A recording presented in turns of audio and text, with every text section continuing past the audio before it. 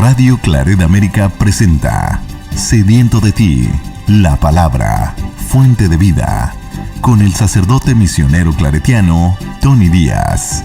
Reflexiones diarias del Evangelio. Aquí iniciamos. Bienvenidos, hermanos, a nuestras reflexiones.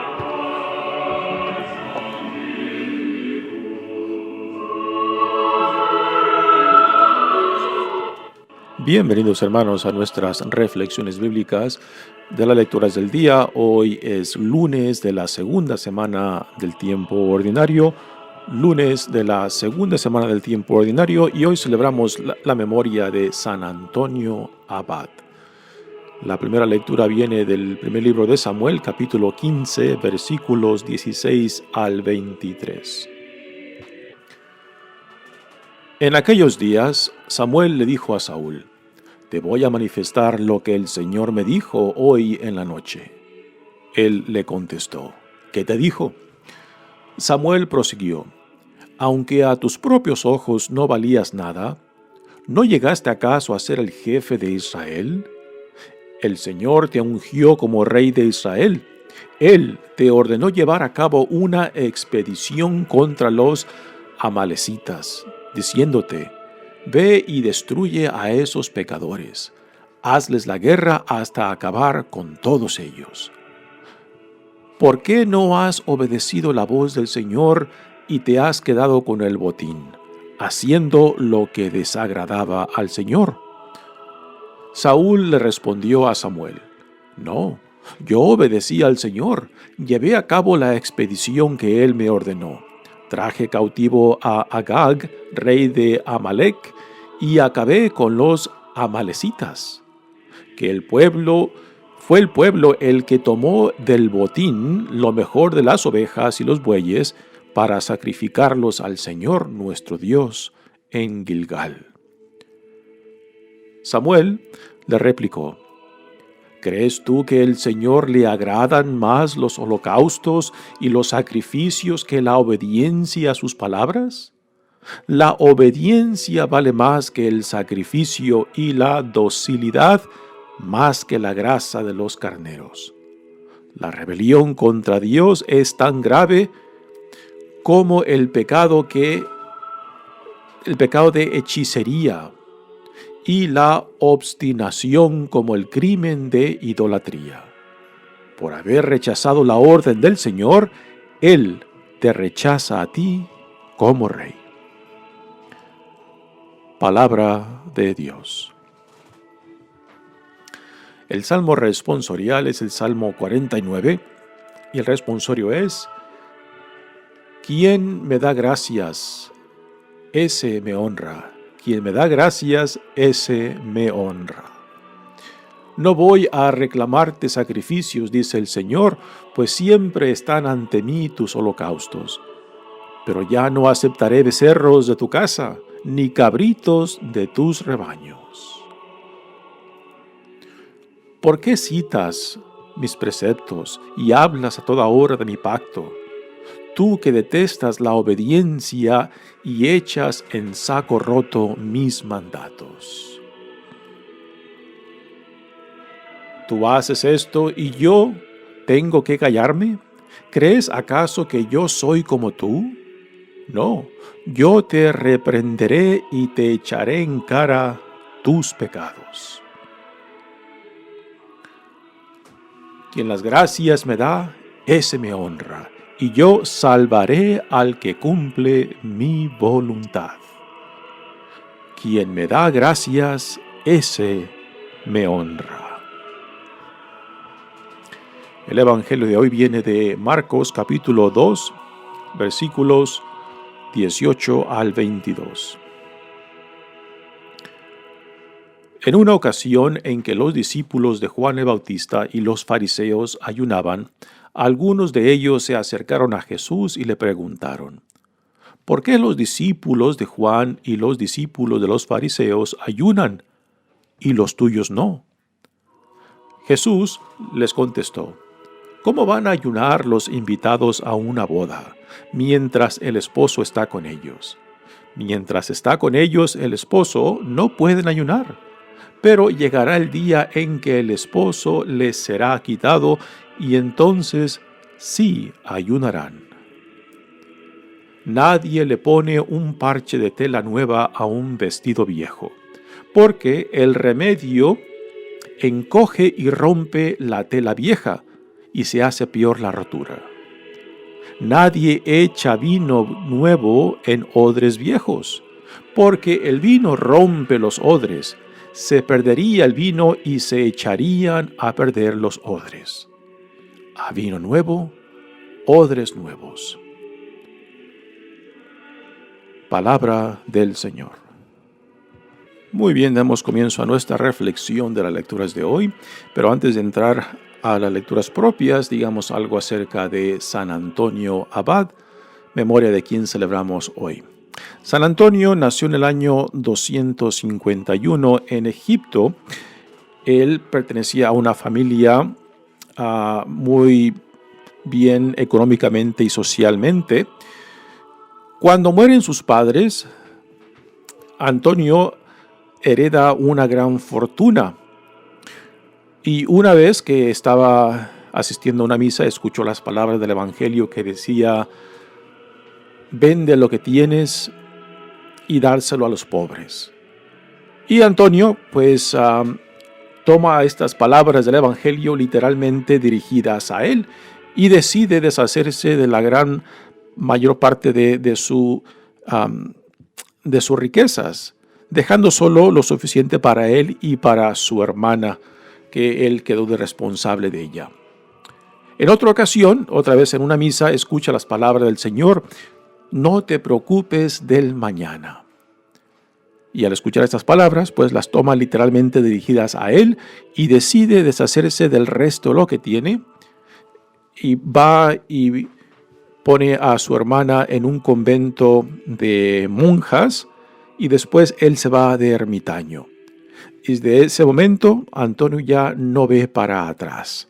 Dedica su vida a vivirla en la soledad como ermitaño, reflexionando en la palabra de Dios, trabajando por sí mismo y prácticamente consagrado a este tipo de vida. Muy pronto empezó a atraer la atención de la gente que lo veía, no solamente con curiosidad, pero con gran admiración, porque su estilo de vida era constante con su personalidad enérgica y también de gozo. Fue atrayendo discípulos para ese tipo de vida en torno a él.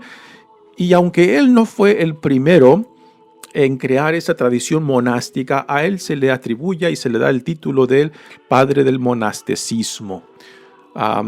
Repito, aunque antes de él ya existían otros ermitaños, hombres y mujeres, hay que decirlo, porque regularmente se habla de los padres del desierto, pero junto con estos padres del desierto que abandonaban las ciudades para irse al desierto y vivir así ahí como ermitaños, también vivieron varias mujeres que querían también vivir ese tipo de vida solitaria, dedicada a la oración, dedicada a la lectura de la Sagrada Escritura, pero vivían separados, ¿no? Pero fue San Antonio Abad quien empezó a organizar a estos ermitaños, a estos hombres que vivían separados unos de otros, y él fue quien fundó uno de los primeros monasterios. Por eso se le nombra padre del monasticismo. Adquirió gran fama por su vida austera, por su vida de ermitaño, también por su afabilidad, por su personalidad llena de gozo y enérgica. Se cree que vivió hasta casi la edad de 105 años, según lo que se sabe de él. Muere en el año 356. Esto implicaría que tenía unos 105 años. Todo lo que sabemos de él lo sabemos por San Atanasio, que fue amigo y compañero de él y quien fue quien escribió su biografía. San Atanasio vivió en Alejandría, así que es por medio de él que conocemos esto de San Antonio Abad. Muy bien, pasemos ahora a las lecturas de hoy. Continuamos leyendo la primera lectura del primer libro de Samuel, y ahora ya estamos plenamente en la tradición monárquica. Saúl es el primer rey de Israel, y aquí en esta primera lectura tenemos pues el rechazo de Dios sobre Saúl, el primer rey de Israel, y Dios lo rechaza porque Saúl no ha obedecido, no ha sido fiel a las palabras de Dios. Y Dios lo rechaza, no inmediatamente. Sabemos de que el siguiente rey que le sigue a Saúl será David, quien pasará a ser el rey por excelencia de la tradición monárquica de Israel. Y dice la primera lectura: En aquellos días Samuel le dijo a Saúl: Te voy a manifestar lo que el Señor me dijo en la noche. Él le contestó: ¿Qué te dijo? Samuel prosiguió: Aunque a tus propios ojos no valías nada, ¿no llegaste acaso a ser el jefe de Israel? Fue Dios quien escogió a Saúl como primer rey y mandó a Samuel para que lo ungiera como tal. El Señor te ungió como rey de Israel. Él te ordenó llevar a cabo una expedición contra los amalecitas, diciéndote: Ve y destruye a esos pecadores. Hazles la guerra hasta acabar con todos ellos. ¿Por qué no has obedecido la voz del Señor y te has quedado con el botín haciendo lo que desagradaba al Señor? Parece que después de que Saúl destruye a los amalecitas, pues decidió quedarse con sus posesiones, con sus animales, con sus tierras, en vez de destruirlo todo, lo cual fue la palabra dirigida a él por medio del profeta Samuel. Pero Saúl pensando que agradaría más a Dios con las ofrendas de los animales que como botín que habían obtenido después de derrotar a los amalecitas, pensó que él pues estaba haciendo una gran obra para ofrecérsela a Dios como sacrificio, como holocausto. Saúl le respondió entonces a Samuel: No, yo obedecí al Señor, llevé a cabo la expedición que Él me ordenó. Traje cautivo a Agag, rey de Amalec, y acabé con los amalecitas. Fue el pueblo el que tomó del botín lo mejor de las ovejas y los bueyes para sacrificarlos al Señor nuestro Dios en Gilgal. Aquí, en cierta manera, recordando lo que sucedió entre Adán y Eva y la desobediencia de las palabras del mandato de Dios, de que no comieran del fruto del árbol prohibido. Igualmente aquí Saúl, en vez de tomar responsabilidad como rey, culpa a su pueblo. Culpa a su pueblo de que ellos fueron los que tomaron los animales y las posesiones de los amalecitas para ofrecérselas a Dios en sacrificio, ¿no? Así que Saúl no se quiere hacer responsable. Él es el rey y que por tanto él es quien tiene que tomar responsabilidad de lo que es su pueblo, de lo que sus soldados, de lo que sus generales hicieran después de esta derrota de los amalecitas. Así como Adán culpa a Eva, pues aquí Saúl culpa a su pueblo. Dice Samuel: ¿Crees tú que el Señor le agradan más los holocaustos y los sacrificios que la obediencia a sus palabras? Aquí la pregunta clave para esta lectura es: ¿cuál es el tema principal que nos quiere dejar esta lectura del primer libro de Samuel? Y el mensaje central es la obediencia a Dios. La obediencia a Dios, ¿no? Lo cual es muy diferente que simplemente la obediencia a Dios según los mandamientos o según una tradición o según prácticas, ¿no? Porque fácilmente podemos llevar a cabo fielmente una obediencia a Dios exteriormente, o sea, cumpliendo los mandamientos exteriormente como lo hacían los fariseos en tiempo de Jesús, o cumpliendo los sacrificios según la ley, como la ley lo prescribe, pero que todo esto no toca nada nuestro corazón. Entonces, ¿cuál es la desobediencia? ¿Cuál es el pecado de Saúl en esta escena? El pecado de Saúl consiste en que no fue obediente a las palabras del Señor, o sea, que llevara a cabo cuanto el Señor le había mandado de destruirlo todo. Pero Saúl no destruye todo, simplemente toma cautivo al rey y después toman sus posesiones, animales y otras cosas de valor como botín de la guerra, en vez de destruirlo, justificando esto con la decisión de ofrecérselos a Dios en sacrificios y holocausto. Y aquí está el gran error de Saúl. Yo creo que antes de que podamos ser infieles o desobedientes a Dios, antes de que podamos llegar a este punto, tenemos que ser desobedientes e infieles con nosotros mismos. Cuando hemos perdido nuestra integridad personal, entonces fácilmente podemos justificar nuestra desobediencia, nuestra infidelidad con Dios. Por eso, quizás como debemos de plantear esta pregunta es lo siguiente, ¿no? Porque somos tan inteligentes, somos tan astutos que podemos crear cualquier tipo de argumento para justificar lo que queremos justificar o para deshacernos de nuestras obligaciones tanto a Dios como al prójimo como a uno mismo, ¿no?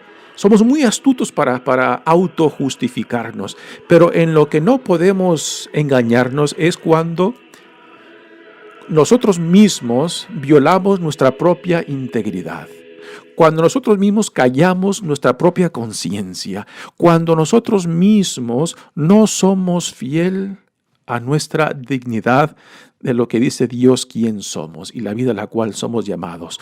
Y cuando se lleva a cabo esta violación de nuestra identidad y dignidad, entonces es cuando damos el segundo paso de desobedecer, de rechazar, de ser infiel a lo que Dios nos llama. Aquí Saúl quiere autojustificarse culpando a su pueblo de lo que él como rey es responsable. Así que Dios lo rechaza porque Saúl a últimas es infiel a sí mismo. Es infiel a su propia integridad como hombre, como persona y como rey. Y porque es infiel a sí mismo y porque él no se respeta a sí mismo, tampoco va a respetar a Dios. Por eso, guardar fidelidad, ser fiel, ser obediente a Dios, en el fondo implica ser auténticos, ser fiel a uno mismo, ser fiel a nuestra integridad de persona, de ser hijo, de ser hija, amados de Dios, ¿no? Porque en esto es a lo que a últimas tenemos que llegar. Porque al Dios que no vemos fácilmente le podemos fingir obediencia, podemos fingir fidelidad por medio de nuestro culto externo. Pero lo que Dios busca es tener nuestro corazón. Y nuestro corazón, podemos decir, lo tenemos en nuestra integridad de persona, en nuestro sentido de dignidad como persona. Y aquí entra el tener que respetar nuestra integridad, respetar nuestra dignidad, porque cuando violamos esto, entonces ya justificamos todo tipo de injusticia, todo tipo de violación, todo tipo de infidelidad, aún para con Dios. Y este es a últimas el pecado, la desobediencia de Saúl, y es por esto que Dios lo rechaza. Dice, la obediencia vale más que el sacrificio y la docilidad más que la grasa de carneros. La docilidad es docilidad a la voluntad de Dios, docilidad al Espíritu de Dios. A esto se refiere. La rebelión contra Dios es tan grave como el pecado de hechicería y la obstinación como el crimen de idolatría. Por haber rechazado la orden del Señor, Él te rechaza a ti como rey, ¿no? Así que este rechazo, después ya se empezará el proceso de cómo este rechazo de Dios se irá manifestando cuando entra a la historia el joven David. Muy bien, pasemos ahora al Evangelio de hoy, que viene de Marcos. Continuaremos leyendo el Evangelio de Marcos por varias semanas. Y aquí tenemos el contexto de que los discípulos de Juan, como los discípulos de los fariseos, pues practican el ayuno como expresión de fidelidad y de compromiso al servicio de Dios, ¿no? Y entonces los críticos de Jesús, viendo cómo los discípulos de Juan, los discípulos de los fariseos, llevan a cabo esta práctica del ayuno como una expresión externa de su compromiso, y ven que los discípulos de Jesús pues no se les ve ningún tipo de práctica de esto, ¿no? Y le hacen esta pregunta a Jesús: ¿por qué tus discípulos no hacen lo que los discípulos de Juan y los discípulos fariseos hacen, ¿no? La práctica del ayuno como una disciplina que manifiesta el compromiso con Dios.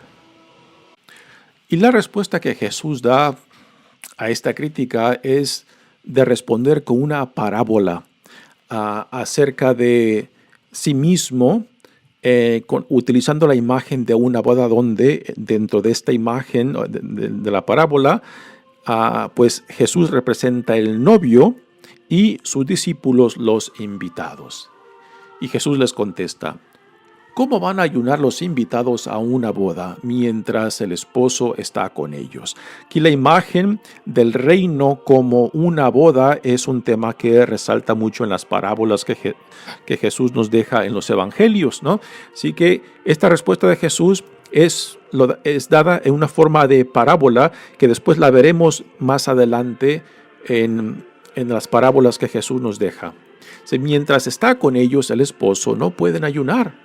O sea, es tiempo de regocijo, es tiempo de celebración, mientras el novio, que es Jesús, en esta imagen del reino inaugurado, que es tiempo de fiesta, es tiempo de regocijo. El reino se está ya inaugurando, y no es para que estemos ayunando, que también es un símbolo de penitencia. Y en una boda, pues, lo más propio es celebración. Es comer, es beber, y no tener cara de hambriento por la práctica del ayuno. Pero llegará el día en que el esposo se les quitará, y entonces sí ayunarán, ¿ok? Así que esta es la respuesta que Jesús les da a la crítica de sus adversarios de por qué sus discípulos no ayunan, porque lo que se está llevando a cabo en él mismo es la inauguración del reino, que aquí en la respuesta Jesús la da en una imagen de fiesta, y una fiesta no se puede ayunar.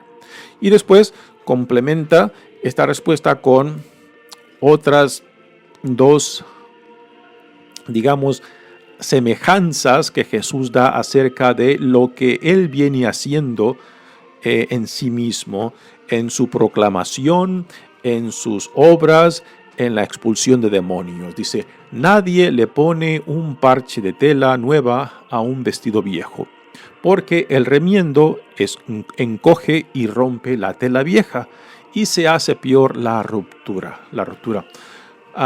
Aquí Jesús nos quiere decir con esto de que lo que Dios viene haciendo en él y por medio de él no se puede juzgar o no se puede ver con los ojos viejos, los ojos antiguos de la tradición.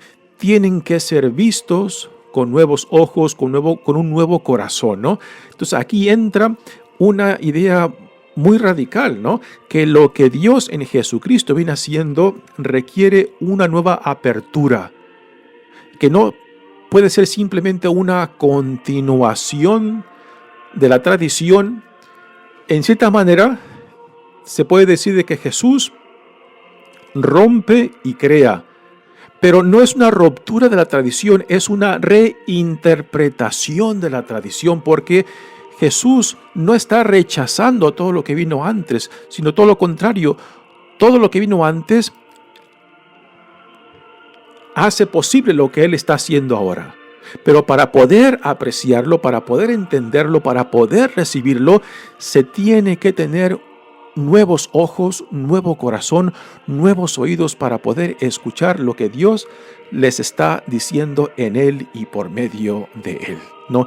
Y esto es a lo que viene con esta comparación de que no se le puede poner un trozo de ropa nueva o de tela nueva a una tela vieja, porque al lavarse el trozo de tela nueva se encoge. Aquí estamos hablando de la tela de algodón, ¿no? Que cuando se lava se encoge, y al encogerse pues romperá la tela vieja, que ya no tiene la capacidad de absorber ese reducir cuando se lava. Después Jesús añade otra semejanza cuando dice: nadie echa vino nuevo en odres viejos, porque el vino rompe los odres. Se perdería el vino y se echaría a perder los odres. A vino nuevo, odres nuevos. Según nos dicen los críticos, el vino se echaba en odres para añejarlo. Y en el proceso de añejamiento, el vino nuevo pues va produciendo gases que forza a las odres a expandirse. Y cuando las odres después ya de tiempo ya han perdido la elasticidad, pues entonces un vino nuevo fácilmente puede romper esas odres, porque las odres viejas ya no tienen capacidad de expandirse para acumular los gases que el procesamiento de añejamiento requiere. Por eso Jesús dice a vino nuevo, odres nuevos, porque una odre nueva pues aún tiene la capacidad de poder expandirse para acomodar los gases que el proceso de añejamiento va produciendo. Así que con esta otra semejanza Jesús nos dice de que lo que Dios en Él está haciendo se requieren nuevos ojos para ver lo que Dios está haciendo, nuevos oídos para escuchar lo que Dios les está comunicando, un corazón nuevo para poder discernir lo que Dios está llevando a cabo en Él y por medio de Él. En esto podemos quizás hacer alguna conexión, por ejemplo, con lo que en la iglesia hoy en día estamos viviendo. Hoy en día vivimos momentos interesantes, ¿no? Donde hay mucha gente que constantemente está viendo atrás. Ahí por atrás me refiero a lo que la iglesia era antes del Segundo Concilio Vaticano, ¿no? De que rechazan los cambios, de que el Segundo Concilio Vaticano, que fue el Congreso de los Obispos de todo el mundo, de los cardenales de todo el mundo, para palpar cuál era la situación de la iglesia en aquellos tiempos y qué era lo que el Espíritu en aquellos tiempos nos estaba llamando a nosotros como iglesia, ¿no? Y que ese concilio pues era la voz del pueblo, la voz de la iglesia universal, ¿no? No solamente de un papa. Y que los cambios que desde entonces han venido llevándose a cabo, pues aún hoy en día hay mucha gente que quiere pretender de que ese concilio no tiene validez o de que no tiene nada que enseñarnos, ¿no? Y hay mucha gente, muchos católicos que aún prefieren la iglesia previa al Segundo Concilio Vaticano, ¿no? Y tenemos esta situación interesante en la iglesia donde hay estos polos opuestos de querer simplemente regresar a lo previo y descontar por completo lo que el Espíritu de Dios por medio del Segundo Concilio Vaticano nos trajo. Y el Segundo Concilio Vaticano pues fue una respuesta de la Iglesia a los tiempos presentes a los tiempos actuales y pensar de que aún todavía estamos luchando con la validez de este concilio, con los cambios, con también las promociones litúrgicas que este concilio nos dejó, ¿no? Y que todo esto todavía se sigue peleando de que si son válidos o no. Este evangelio quizás nos puede recordar, particularmente con estas semejanzas que Jesús nos deja, de que se requieren nuevos ojos, nuevos oídos, nuevo corazón para palpar y poder discernir dónde nos encontramos como iglesia hoy en día y qué es a lo que Dios nos llama hoy en día. Si queremos simplemente regresar a lo previo, a lo antiguo, que fue el caso el tiempo de Jesús, cuando los líderes de su propia comunidad no lo reconocieron, lo rechazaron y lo condenaron porque no encajaba Jesús con sus preconcepciones de cómo tenía que ser el Mesías, ¿no? Y simplemente querer regresar a lo previo, a lo antiguo, y no responder a las urgencias del Espíritu que nos llama hoy en día para responder a las necesidades de nuestros días. Es un reto para toda la iglesia, no solamente para los progresistas o conservadores, es un reto para todos nosotros, de verdaderamente dejar que el Espíritu de Dios nos abra los ojos, los oídos y nos renueve nuestro corazón para poder palpar lo que Dios por medio de su Espíritu nos comunica. Y a últimas tenemos que ser fiel a este Espíritu, no simplemente a nuestros deseos, no simplemente a nuestras añoranzas, no simplemente a lo antiguo. Tenemos que responder a lo que el Espíritu de Dios hoy en día nos llama. Pues yo creo que es un evangelio que aún hoy en día tiene mucho que retarnos. Mi nombre es Padre Tony Díaz, misionero claretiano. Que Dios los bendiga. Radio Claret América presentó Sediento de ti, la palabra. Fuente de vida. Sus comentarios son importantes. Contáctenos en radioclaretamerica@gmail.com.